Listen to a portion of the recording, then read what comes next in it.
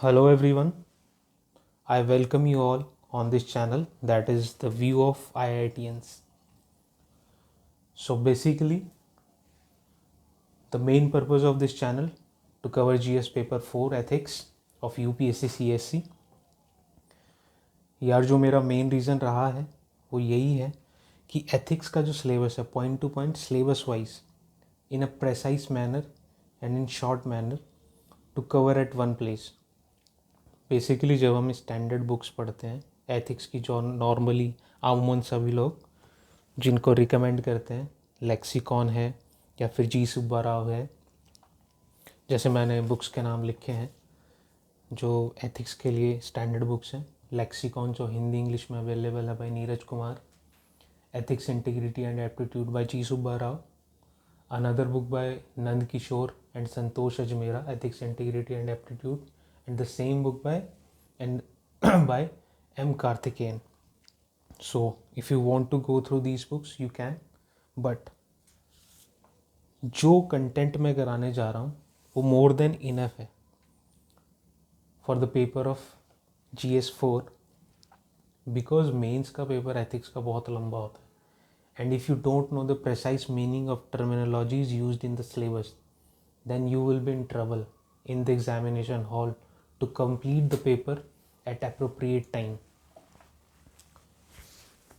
So जब मेरा पहला मेंस था तो मुझे भी यही लगा था जैसे टॉपर स्टॉक में या फिर कोई भी आपका कोलीग हो या फिर कोई सीनियर हो कि एथिक्स का पेपर तो हमने 15 दिन में कंप्लीट कर लिया या फिर 20 दिन में कंप्लीट कर लिया. कोई टॉपर तो ये भी कहता है कि 10 दिन के अंदर मैंने मेंस के टाइम पीरियड के दौरान ही कंप्लीट कर लिया था. But in reality when I come across to GS paper 4 तो मुझे तो बहुत डिफ़िकल्टी हुई to cover the theoretical part of the GS paper 4 because case study तो मैं पहले से ही प्रैक्टिस कर रहा था, उसके लिए तो कुछ ज़्यादा ऐसी रिक्वायरमेंट थी नहीं. लेकिन जो थियोरेटिकल पार्ट था it contains 130 marks out of 250. You can understand that it has more proportion than case studies. तो 130 marks we cannot underestimate the proportion of 130 marks. तो इसके लिए हम सभी जानते हैं कि examples are very important, but if you don't know the basics and the main content of theory, then how would you write something about the terminologies, about the context? So मेरा जो मेन फोकस है वो theoretical part पे बहुत कम time में इसको cover करने का रहेगा, क्योंकि मैंने जो खुद के नोट्स बनाए हैं, जो मेरे खुद के नोट्स हैं वो रफ में है लेकिन इस तरीके से हैं, एक शीट में मैंने इनको कंपाइल किया हुआ है GS पेपर 4 के नाम से. ऐसे मैंने अपने रफ नोट्स बनाए हैं और साइड में मैंने वैल्यू एडिशन के लिए स्पेस छोड़ा हुआ है. और ये नियरली सारे के सारे these are around 50 pages in all. 51 this is for case studies. So 50 pages के अंदर, और अगर हम पन्ने कहें तो 25 और 26, तो यानी कि 26 पन्नों के अंदर या फिर 52 पेजेस के अंदर we can complete the whole syllabus of ethics in a very precise manner. और वही हमको ज़रूरत है बिकॉज वैल्यू एडिशन एग्जाम्पल्स हम खुद से डाल सकते हैं, और अगर हम कोचिंग नोट्स के इंस्टीट्यूट पढ़ें या फिर किसी टॉपर के नोट्स पढ़ें तो वो भी ठीक है. लेकिन मुझे क्या हुआ कि मैं थोड़ा ना डाइवर्ट हो गया जब मैंने स्टैंडर्ड बुक्स पढ़ी और कोचिंग नोट्स पढ़े. और आप विजन के नोट्स ले सकते हैं या फिर किसी और इंस्टीट्यूट के नोट्स ले सकते हैं, बट मेरी कोशिश यही है कि बहुत ज़्यादा प्रेसाइज वे में इसके एथिक्स के सिलेबस को कंप्लीट किया जाए. सो मेरी ये छोटी सी कोशिश, hope you would like it. So this is my first lecture regarding ethics. So हम स्टार्ट करेंगे सम बेसिक्स ऑफ एथिक्स से. इसमें सबसे पहले हम belief, value, morality and ethics में इंटर रिलेशन देखेंगे, how they are interconnected. Ethics की स्टार्ट ही बिलीफ से होती है, that's why I started from belief. So हम सबसे पहले देखते हैं कि बिलीफ को हम वन वर्ड में कैसे एक्सप्लेन कर सकते हैं या फिर बहुत शॉर्टली कैसे डिस्क्राइब कर सकते हैं. Belief is simply assumption what we make about ourselves and others. For example, Rorito Fiber Point is the best pen. This is my belief. ये मेरा assumption है. या फिर God exist करते हैं, ये भी मेरा assumption है. तो इस तरीके का कुछ भी assumption जो हम जिसे हम मानते हैं तो belief के अंदर आएगा. Then how belief germinates values. So what is values? Values are important beliefs. यानी कि जो एजम्पशन थे उनमें से अगर इम्पॉर्टेंट एजम्पशन को निकालें तो वैल्यूज़ होती हैं, लाइक ऑनेस्टी, ट्रुथ, लव, वेजिटेरियनिज़म. यानी कि अगर किसी को वेजिटेरियन खाना पसंद हो, किसी को नॉन वेजिटेरियन खाना पसंद हो. यानी कि इट इज़ अबाउट इम्पॉर्टेंस, जिसको हम प्रियोरिटी देते हैं, जो हमारे लिए इम्पॉर्टेंट है, तो वैल्यूज़ के अंदर आ जाएगा. और यही वैल्यूज़ जब पर्सनैलिटी में झलकने लग जाएं तो उसको वर्च्यू कहते हैं. When these become part of conduct, a part of personality, then it is said as virtue. अब यही वैल्यूज़ मोरालिटी कैसे बनती हैं? अभी तक हमने देखा, सपोज़ वो एग्जाम्पल लेते हैं वेजिटेरियनिज़म का या नॉन वेजिटेरियनिज़म का. वेजिटेरियनिज़म इज़ अ वैल्यू, किसी को वेजिटेरियन खाना पसंद है, so that is value for him और हर. अब ये मोरालिटी कैसे बनेगा? जब हम इस वैल्यू को राइट और रॉन्ग की डोमेन में ले आते हैं, जब हम सही गलत अपनी वैल्यू को सही या गलत ठहराने लग जाते हैं तो मोरालिटी बन जाता है. और मोरालिटी हमेशा इंडिविजुअल डोमेन का पार्ट है. यानी कि इंडिविजुअल जब किसी चीज़ को सही या गलत मानने लग जाता है तो वो वैल्यू मोरालिटी बन जाती है. अब वही वैल्यू एथिक्स कब बनेगी? एथिक्स जब बनेगी जब पूरी सोसाइटी, पूरी कम्युनिटी उसको एक्नॉलेज करने लग जाए. तो उसको एक्नॉलेज करने लग जाए कि ये सही है या गलत है, तब वो एथिक्स कहलाएगी. यानी कि ethics is part of public domain, morality is part of individual domain. अब यहाँ पर अगर सभी के सभी लोग या ज़्यादा लोग कहने लग जाएं कि वेजिटेरियनिज़म सही है, वेजिटेरियन खाना खाना सही है, या जैसे चोरी नहीं करनी चाहिए, तो ये सब एथिक्स का पार्ट है जिसको पूरी सोसाइटी एक्नॉलेज करेगी. A large number of people when acknowledges something that becomes part of ethics. So moving further, अब हम देखते हैं कि believe, values, attitude and behaviour में क्या रिलेशन है. सबसे पहले हम बिलीव, जैसे मैंने बताया था कि वही same definition, assumption what we make about our self and others.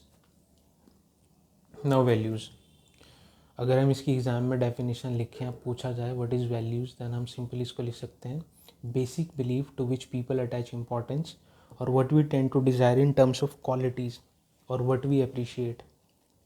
अब यही वैल्यूज़ एटीट्यूड को कैसे गाइड करती हैं और एटीट्यूड बिहेवियर को गाइड करता है. वैसे तो हम एटीट्यूड को आगे अलग यूनिट में पढ़ने वाले हैं, लेकिन यहाँ पे अगर थोड़ा सा ब्रीफ में अगर इसको लिखना चाहें तो व्हाट इज़ एटीट्यूड. तो एटीट्यूड को हम डिफ़ाइन करते हैं, how do you think about an object and how do you feel about that object and your tendency to react with respect to that object. यानी कि it's a combination of how do you think, आप क्या सोचते हैं, आप क्या महसूस करते हैं, और आपकी क्या टेंडेंसी होती है उस चीज़ के प्रति रिएक्ट करने की. तो it's all about part of attitude. यहाँ पे फोकस करने वाली बात है टेंडेंसी टू रिएक्ट. इसको मैंने डबल अंडरलाइन भी किया इसी वजह से, because it is not reaction, it is only tendency to react. यहाँ पे रिएक्शन नहीं हो रहा है, यहाँ पे एक्शन नहीं हो रहा है. जब एक्शन की बात आएगी then it will become part of behaviour. यानी कि जितने भी एक्शन और कंडक्ट होते हैं उन सब के समेशन को हम बिहेवियर कहते हैं. जब मैंने ये नोट्स तैयार किए थे तो मुझे भी कन्फ्यूजन था कि what is the difference between attitude and behaviour. मुझे दोनों सेम ही लगते थे, क्योंकि एटीट्यूड का जब हम कैम मॉडल पढ़ते हैं, components of attitude, cognitive, affective and behavioural, तो बिहेवियरल कंपोनेंट मुझे लगता था कि बिहेवियर एटीट्यूड के अंदर है, but it is not like that, because behavioral component of attitude talks about tendency to react. So this is the fine line between attitude and behavior. Hope you would have understood. Now we will look upon the relation between morality, ethics and values, as we have already understood about this. But जब mains में हम बहुत अच्छे से कुछ present करना चाह रहे हो तो कैसे प्रेजेंट कर सकते हैं? इस तरीके से फ्लो चार्ट बनाकर और डायग्राम के साथ साथ उसी के वहीं पे एग्जांपल लिख के भी हम आसानी से इसको रिप्रेजेंट कर सकते हैं। तो वही मैंने इसको रिप्रेजेंट करने की कोशिश की है। It looks beautiful in the examination if we will represent such type of things in the examination. So let us understand कि कैसे एथिक्स मोरालिटी बनता है और मोरालिटी कैसे एथिक्स बनती है एंड वैल्यूज़ कैसे इनको जन्म देती है। हाँ, मैंने एक चीज़ बहुत इंपॉर्टेंटली ब्रैकेट्स में भी नोट की है कि डोमेन जो राइट रॉन्ग का है उसके अंदर से मोरालिटी एथिक्स आते हैं, वैल्यूज़ नहीं आती। वैल्यूज़ का लेना देना नहीं होता सही या गलत से। Values it's only about importance और to which we attach priority. जब वैल्यूज़ को एक्वायर करता है ग्रुप तो एथिक्स बन जाती हैं, एक्वायर करते हैं जब इंडिविजुअल तो मोरालिटी बन जाती है। हमारी वैल्यूज़ कभी भी डाइसेंट का पार्ट नहीं होती, कभी भी टकराव नहीं होता। टकराव होता है जब हमारी मोरालिटी कन्फ्लिक्ट करती है, जब हम कहते हैं कि वेजिटेरियनिज़म खाना सही होता है या नॉन वेजिटेरियन खाना गलत होता है, ये सब। तो जब हम मोरालिटी की नज़र से देखते हैं तभी डाइसेंट होता है। तो एग्जाम्पल इसका कि एथिक्स और मोरालिटी कैसे बनती है कि स्टीलिंग इज़ बैड, ये एग्जाम्पल है। पूरा का पूरा सोसाइटी बिलीव करता है कि स्टीलिंग इज़ बैड। जब इसका सोशलाइजेशन होता है, यानी कि हम बच्चों को सिखाते हैं घर में चोरी नहीं करनी चाहिए, तो मोरालिटी बन जाता है।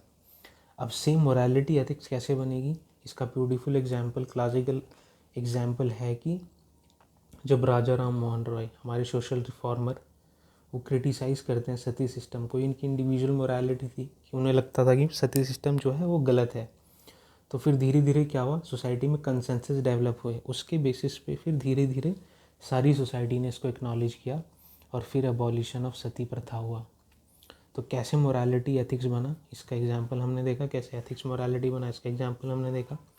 इसको और एक तरीके से रिप्रेजेंट कर सकते हैं कि मोरालिटी और एथिक्स का जो वेन डायग्राम है से इंटर रिलेटेड है, कोई वाटर टाइट कंपार्टमेंट नहीं है इनके बीच। कहीं कहीं पे एथिक्स अलग दिखता है, मोरालिटी अलग दिखती है, कहीं कहीं पे मिक्स दिखती है।